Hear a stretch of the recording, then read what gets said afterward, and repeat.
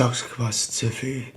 What is that? Disclaimer, I am just saying what I think of it. Do not take this as the truth, as you're just hearing from a crazy man what he thinks about something. The self-development industry is very large, with many books, resources, and content creators, including myself, to help expand the self-development industry. Grandview Research estimates the self-development market as a share of $43.77 billion United States dollars. Speaking as someone who has read through a lot of that self-development stuff, it can be very tiring reading all of it, as it seems to just keep repeating the same thing over and over again.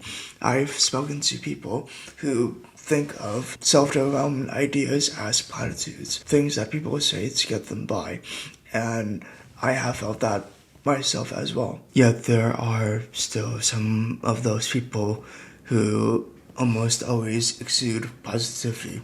An example that comes to mind is Uwei from Kung Fu Panda. He almost always knows the right thing to say at any given time, and I can say that I believe that I have reached a similar place in that I can just continue with being always positive, finding the positive out of any situation and focusing on that positive. But I can see how that positivity can be annoying, toxic even to other people, but that's just schadenfreude for me. I'm getting joy from the pain that my positivity brings to other people.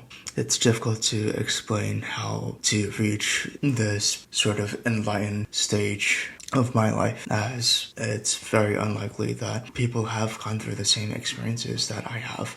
Now, I'm using the definition of enlightened from the Cambridge Dictionary. Enlightened meaning showing, understanding, acting in a positive way, and not following old-fashioned or false beliefs. Yes, I think that maybe I am enlightened, as I act in a mostly positive way. Again, this content can be positive in such a way that it becomes toxic because there's so much of this positivity. There's good reason why self-development content focuses on the positivity. That's because as humans, we are programmed to think of negative thoughts, think of fight or flight. There is no third option that says, go ahead and try that thing out, see what happens. We instinctively focus on the negative, thinking that something bad will happen to us. It often takes at least 5 positive things that happen to us to counteract the impacts of one negative thing happening to us. If there's a bad interaction with someone, we call that beef, and we bring that beef along with us to wherever we go until you get rid of that beef. One idea is that the self-development industry is trying to rid us of that negative thinking by overloading us with the positivity until it may even become toxic. But in my experience, that is not how you reach this enlightened stage. I had to go through a crisis of myself.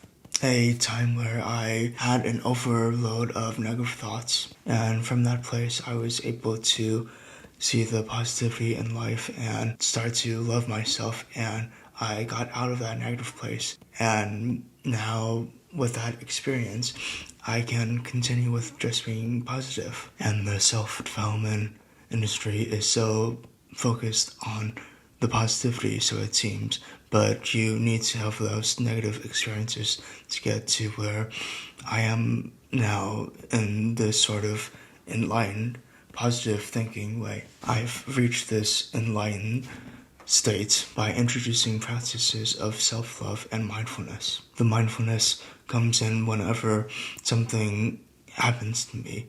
Instead of assigning good or bad to it, I stop, I pause, and I take a deep breath, and then I think of the positive and the negatives. I am at the point where I can see the positivity in anything that happens, such as by seeing it as a learning opportunity, and by focusing on the positivity and everything. That removes the division of positive and negative. Another great help with this positive thinking is the word schadenfreude, meaning joy derives from the pain of others, from German language, beautiful language. If something bad happens to you, usually there's someone else out there who finds joy in that bad, so there's some good there. Another way I like to think of the word Schadenfreude is joy derives from the suffering of your soul, aka masochism. They say comedy is just suffering with a time delay. So while something bad has happened to you,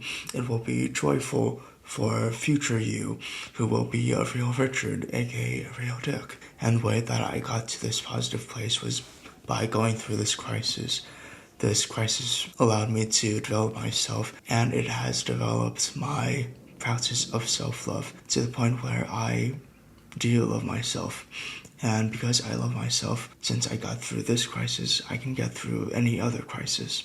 One last thing about toxic positivity. The idea of toxic positivity mostly comes from yourself. There is a bit of reliance on everyone talking about the idea of toxic positivity, but it's on you, on how you react to it and how you define how it affects you. Once you love yourself, you're at the point where you can define how it affects you.